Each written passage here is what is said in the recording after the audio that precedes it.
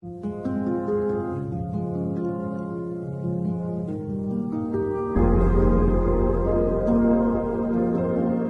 choisi un titre un peu particulier puisque j'ai mis désir sexuel, excitation et si on arrêtait de vouloir les contrôler. Ce qui n'est pas aisé finalement. C'est peut-être une question qui vous interpelle, peu importe où vous en êtes.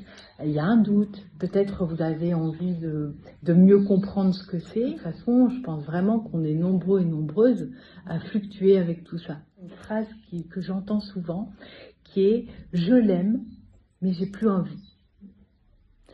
Est-ce que je suis cassée ? J'ai déjà eu ça. Est-ce que je suis cassée ? Cette phrase, elle m'interpelle vraiment. Elle est terrible en fait, elle est dure.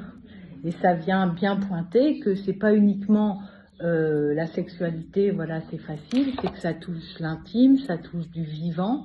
Et donc c'est tout notre rapport au corps. Ce qui est important, c'est de pouvoir rassurer, discerner un petit peu les choses. C'est un voyage à travers les mystères du désir, les rythmes du corps, les illusions qu'on nous a fait croire. C'est surtout une manière d'aller trouver quelque chose qui soit plus juste pour chacun, chacune, en sachant que notre sexualité, elle évolue vraiment tout au long de notre vie. Le désir n'est pas pareil à 20 ans, à 30 ans, à 40, à 50, 70, 80, 90, 100. Et l'idée, c'est d'être un peu plus en paix avec notre propre sexualité. Le désir, c'est pas qu'une question de corps ou qu'une question d'envie, en fait. Hein, parce qu'il y a plein de choses.